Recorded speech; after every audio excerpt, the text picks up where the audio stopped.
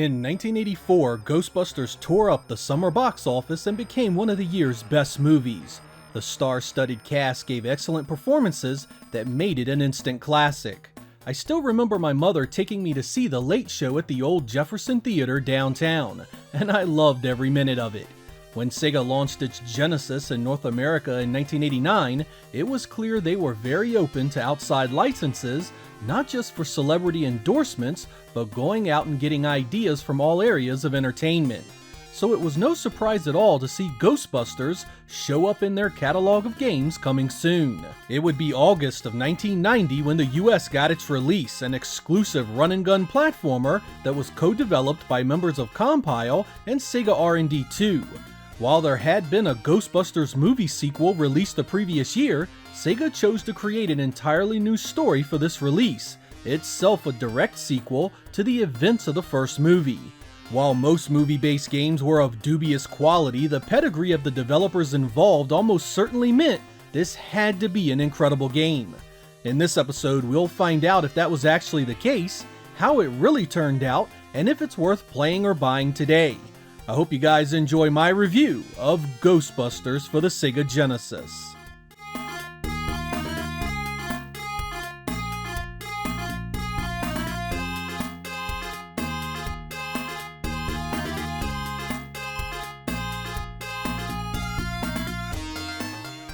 Our story begins in the aftermath of the original film. The Ghostbusters have fallen on hard times because, well, there are no more ghosts to bust now that Gozer the Gozerian has been defeated. But just as things are looking bleak, earthquakes start to rock New York City and boom, paranormal activity is again at an all-time high. As you begin this adventure, you get to choose one of three Ghostbusters. Peter, Ray, and Egon return, all with their own traits like speed and toughness.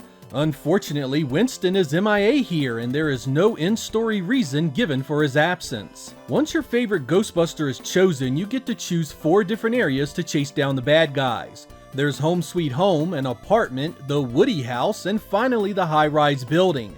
These stages can be chosen and played in any order, and each pays out money once you clear out all the pesky poltergeists. With your newfound cash, you have access to weapons and items. You can get food to heal you, bombs that damage everything on the screen, and important gadgets that make levels much easier. It cannot be overstated how important it is that you experiment with everything. Some weapons can wreck certain bosses, while others can be useless in the same situation. The gameplay, once you get control, is a straight-up run-and-gun platformer. That means you're blasting bad guys as you climb your way around the levels. There is a heavy emphasis on verticality and exploration. As you move around the area, you'll find enemies, money, and of course boss encounters. The number of middle ghosts, or mid-bosses, assigned to a level means you'll need to defeat them before you face the final bad guy of the stage. Middle ghosts can be captured in a trap after you beat them, but you only get 2 chances to pull them into the capture zone.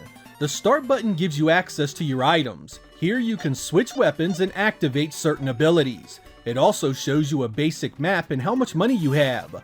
Once a stage is clear, you get a piece of the stone tablet that unlocks the final 2 stages. Story segments appear before and after each level, and you'll get a chance to buy new weapons and items before moving on.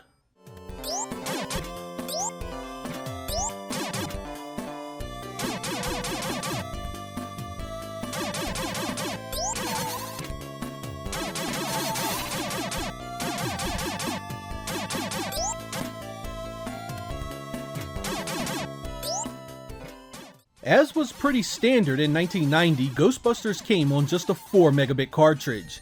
Even so, I have to confess the stage graphics here are somewhat unimpressive. There really isn't much in the way of detail on the walls of these places, and the platforms are often little more than blocks hanging in mid-air. Most areas have a theme that follows an element. There's fire, ice, water, and earth obstacles spread around to trip you up, but none of them stand out as particularly impressive. I found this really disappointing considering the other games that had already been released on the platform. On the plus side, the characters themselves are very well animated and are perfect cartoon doppelgangers for their silver screen counterparts. The bosses look great as well and often take up huge chunk of real estate on the screen. Given the level of care and artistry given to these two areas, it really makes you wonder why the stage visuals are so plain and unimpressive. I mean, where's the parallax scrolling? A few added windows with buildings scrolling by could have really helped. Maybe a little fog to spice things up. Hell, anything to add some eye candy to such a dull looking presentation. Compared to the Revenge of Shinobi and Ghouls and Ghosts, both released before this, it makes you wonder if this is the same system doing things. I mean, Sega R&D 2 did those as well, and Compile did freaking Musha the same year. So what happened exactly? Yeah, in case you haven't noticed, I was kinda let down by this one visually. It could have been so much better.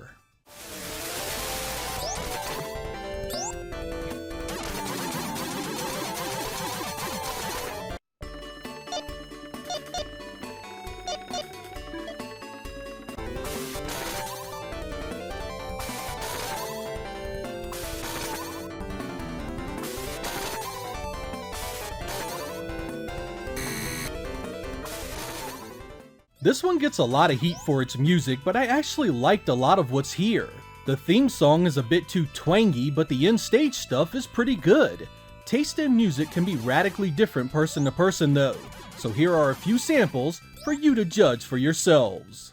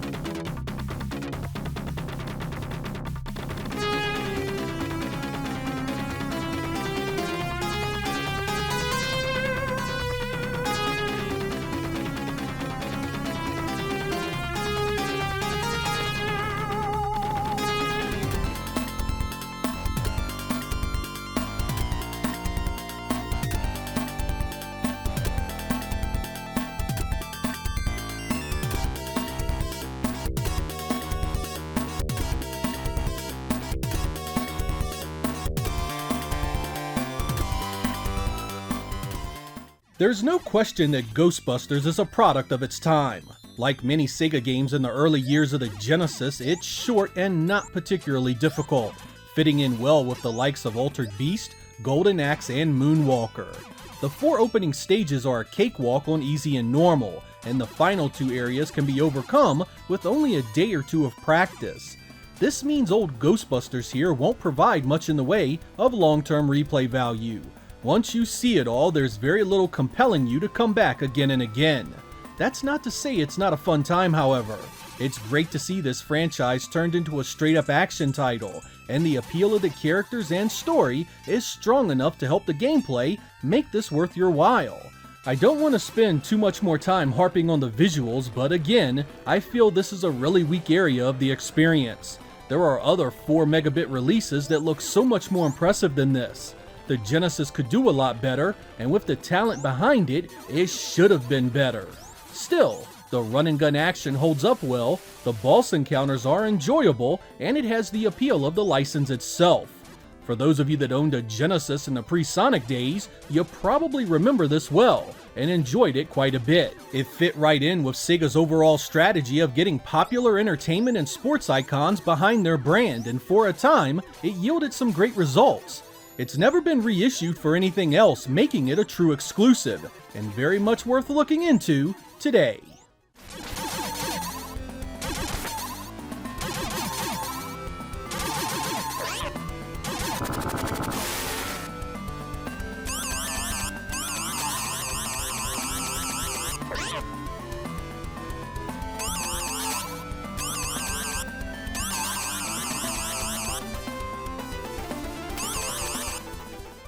For those of you interested, Ghostbusters also has a few ROM hacks you can look into that add some really great content.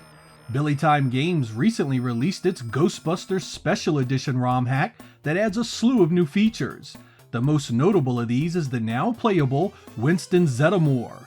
Not only is he playable, but he has his own traits like higher jumping and is part of the in-game conversations.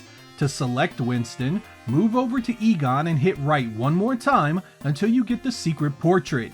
He's not the only new playable character, as you can also play as Louis Tully, who was played by Rick Moranis in the films.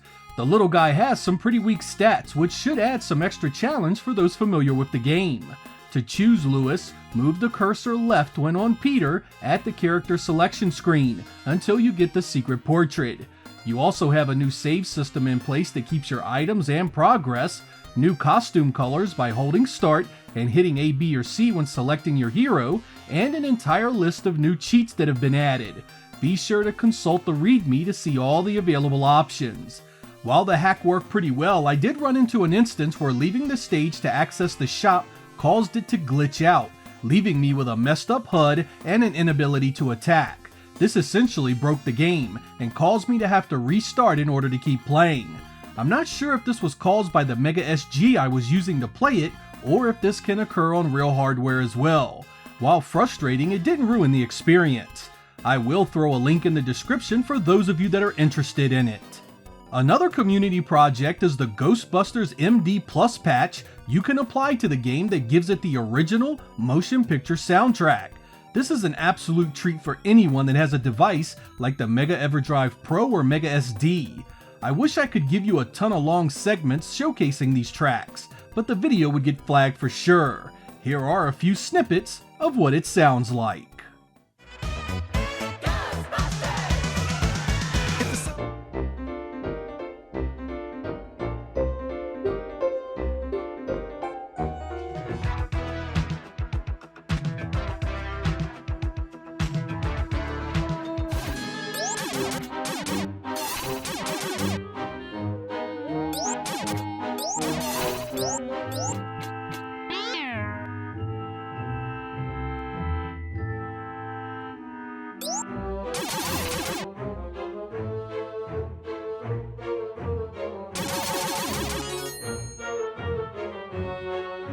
Ghostbusters for the Genesis wasn't the only compile developed and Sega published Ghostbusters game. In May of 1987, a Master System version was released in North America. It's a completely different take on the IP and has absolutely nothing in common with its 16-bit cousin, other than the license itself. It started as a computer game done by Activision for the likes of the C64, ZX Spectrum, and the Atari 8-bit line before being ported to the Master System. It eventually made its way out in other territories and was even ported to the NES around the same time. Unfortunately, these were the only two times the Ghostbusters would show up on Sega's consoles. With newer, bigger, and more modern movies to focus on, Sega left the older stuff behind. I still really dig this game's overall quality, however. While it's short and plays about as simple as an action title can, it doesn't really do anything wrong. The only aspect that needed improvement were the visuals, and I would have enjoyed another few stages tossed in to extend the playtime a bit. With easy and normal giving you 10 continues, Slimer popping up with life and energy replenishment often, most people will see the end of this in just a few tries. The hard setting cuts your continues down to 5, you take more damage, and healing items are more expensive, so if you are finding it too easy, try it out there. While there are much better games on the Genesis, this one is still cute, fun, and a snapshot of Sega's arcade style at the time. And for many of us, that's more than enough. I'm Sega Lord X, thank you guys for watching, and I will catch you next time.